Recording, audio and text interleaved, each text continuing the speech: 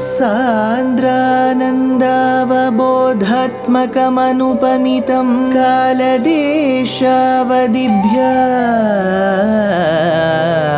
निर्मुक्तं नित्यमुक्तं निगमशतसहस्रेण निर्भास्यमानम् अस्पष्टं दृष्टमात्रे पुनः उरुपुरुषार्थात्मकं ब्रह्मतत्त्वं तत्तावत् भाति साक्षात् गुरुपवनपुरे हन्त भाग्यं जनानाम् अग्रे पश्यामि तेजो निबिडतरकला यावली लोभनीयं पीयूषाप्लावितोऽहं तदुतरे दिव्यकैशोरवेशं तारुण्यारम्भरम्यं परमसुखरसास्वाद रोमाञ्चिताङ्गैः आवीतं नारदाद्यैः विलसदुपनिषत् सुन्दरी मण्डलैश्च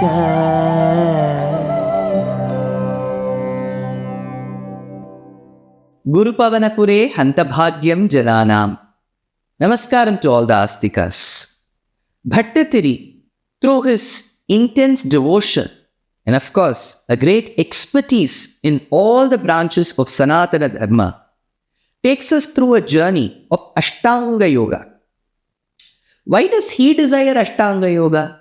He tells Bhagavan, as such I am devoted to you. No doubt, I love you. You are gracing me. But if you bestow good health upon me, I can practice Ashtanga Yoga. Then Krishna immediately asked, what are the 8 angas of the Ashtanga Yoga that you are talking about, Bhattathiri?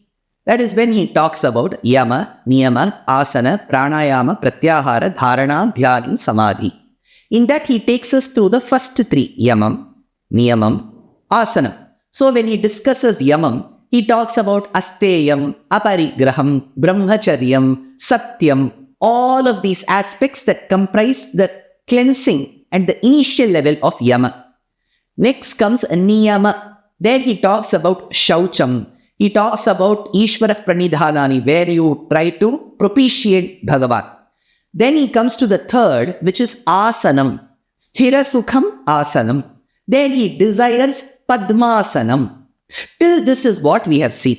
Now, in the third shloka, Bhattathiri covers the 4th and the 5th anga of Ashtanga Yoga, which is Pranayamam, Pratyahara. He takes us through this. Taramantaranuchintya santatam pranavayumabhityamya nirmalaha indriyani vishayadathapakritya asmahe bhavadupasanomukaha nirmalaha. We should be cleansed of all the impurities. All the impurities should go away. Mala Shabdam generally denotes impurity. Amala, Nirmala means where the impurity goes away. So all these impurities have gone away. Whatever physical impurities we had, whatever verbal impurities we had accumulated by reciting, saying bad words, and now by reciting the names of Bhagavan, all that has gone away through Yamam, Niyamam, Asanam. So he says, Nirmalaha Santatam Anuchintya Antaha. By concentrating on the minds, keeping your mind under control, and it revolves around the minds. Taram. What revolves in the mind? There he says Taram. Taram in generally refers to something that helps us cross from one place to the other. What is this Taram that he is talking about? He says Pranava Mantram, Omkaram. It has A, U, Ma. Akaram denotes Paramatma. Ma, Jivatma. U denotes the bridge that is there between A and Ma, which is Ananyarhase Shatvam or Acharya Vaibhavam. A, U, Ma comprises the one syllable Omkara Pranava Mantra. Since that helps cross the samsaric ocean for the Jivatma, it is called Taram. So, Bhattatiri says, Nirmalaha Santatam Anuchintya Antaha Taram. So, on that Tara, on that Pranava mantra, there should be meditation which is done. Abhiyamya Pranavayum. As you keep thinking about the Pranava mantra, there should be pranayama, there should be control over the breath. There, pranayamam, there are three words which are used. Purakam, where you inhale. Kumbhakam, where that air goes and fully occupies your lungs. Kumbhakam. And then Rechakam, where you send that out. Purakam, Kumbhakam, Rechakam. So these are the three steps of pranayama. So Patanjali says in his Mahabhashyam, pranayamaha shvasa prashvasayoho gati vichchedaha. In the Yoga Sutra, Patanjali says, pranayamaha shvasa prashvasayoho gati vichchedaha. The full control over the life breath. So Bhattatiri brings that saying, abhiyamya pranavayum. Then after that, atha apahritya indriyani vishayat asmahe bhavadupasanonmukhaha. There you withdraw the senses.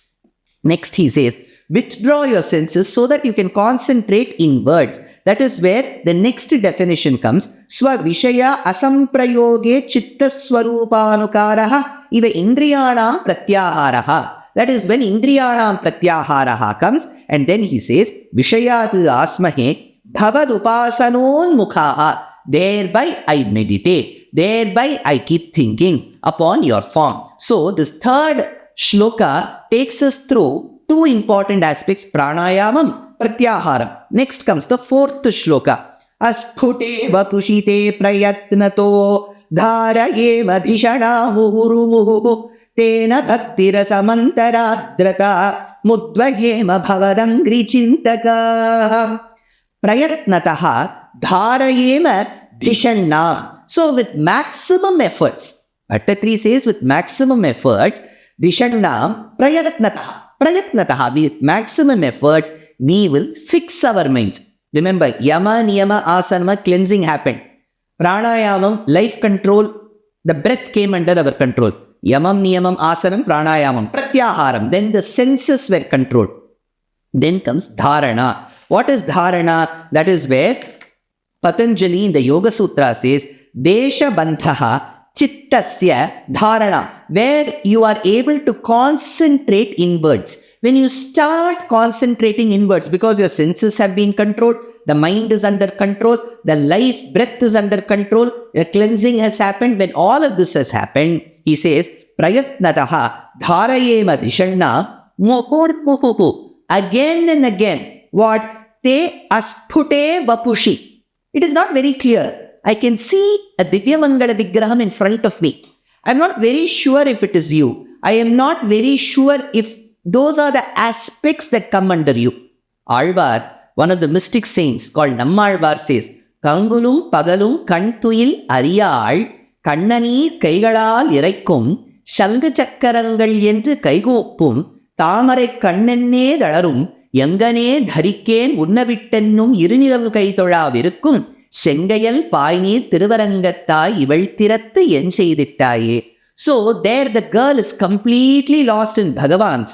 The explanation of the Pasuram is the girl is completely lost in the beauty of Bhagavan, and she does not have good clarity of whom Bhagavan is. If Shankam and Chakram comes in front of her, she will conclude it is Bhagavan. Similarly, Bhattatri says, Muhurmuhu te asphute vapushi. There's a blurred image. Tena bhavadangri chintakaha. Because of that, we are meditating on your feet. Bhavad angri chintakaha. Your feet is so holy that we are trying to meditate on your feet. Udvaheva bhakti rasam. Thereby, now I am able to see a blurred image. I am meditating on the lotus-like feet of yours. What do I get in return? Udvahema bhakti rasam. My bhakti, my love, my sneham towards you just keeps increasing multifold. Antaradratam cha.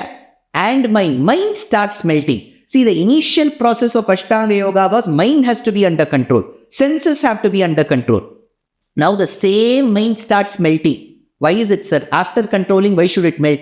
Mind is under control because you have withdrawn your senses from other objects. Your mind is melting now, your heart is melting now because your mind and senses are completely focused on Bhagavan. So it is because of Bhagavad Bhakti it is melting. Antaradratam cha, says Bhattatri in the 4th shloka. In the 5th shloka, he takes us through the next step. Yamam Niyamam Asanam, 1 shloka. Pranayamam Pratyaharam, 1 shloka.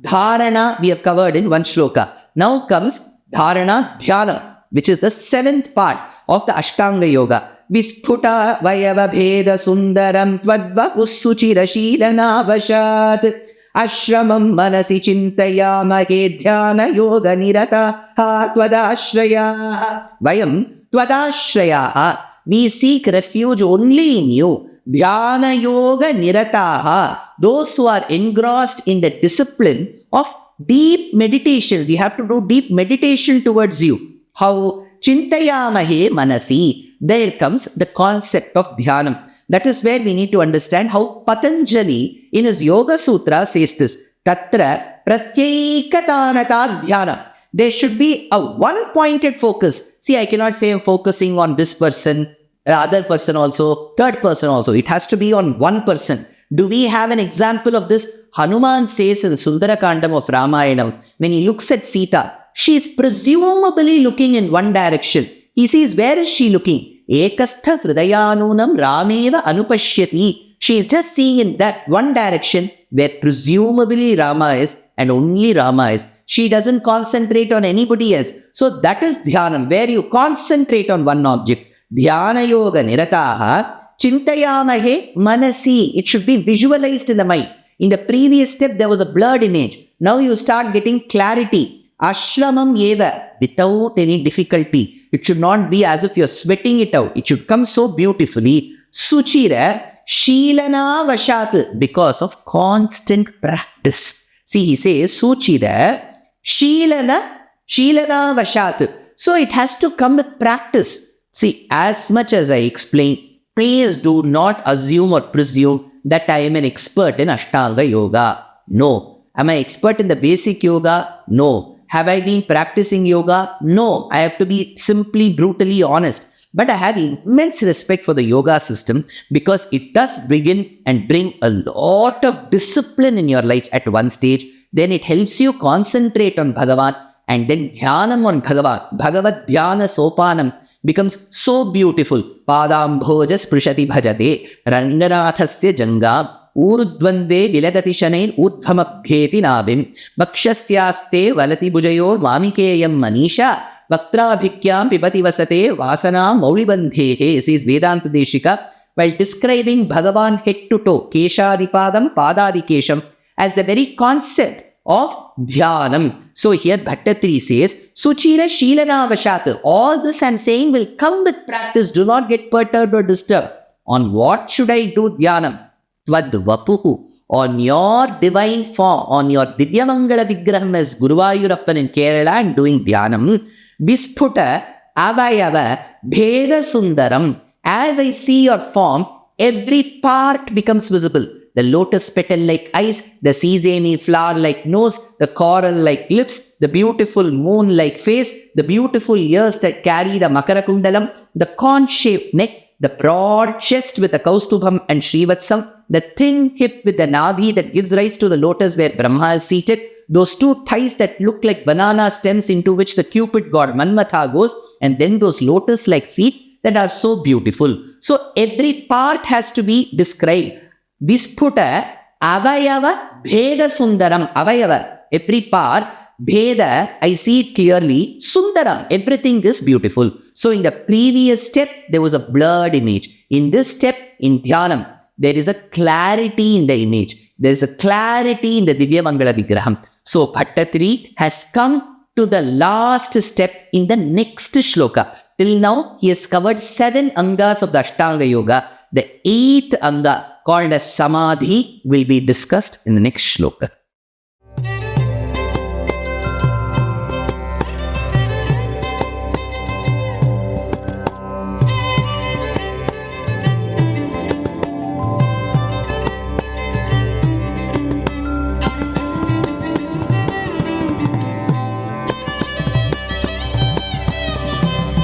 कल्याणरूपाय कलौ जनानां कल्याणदात्रे करुणासुधाब्दे कंवादिदिव्यायुधसत्कराय वातालयाधीश नमो नमस्ते।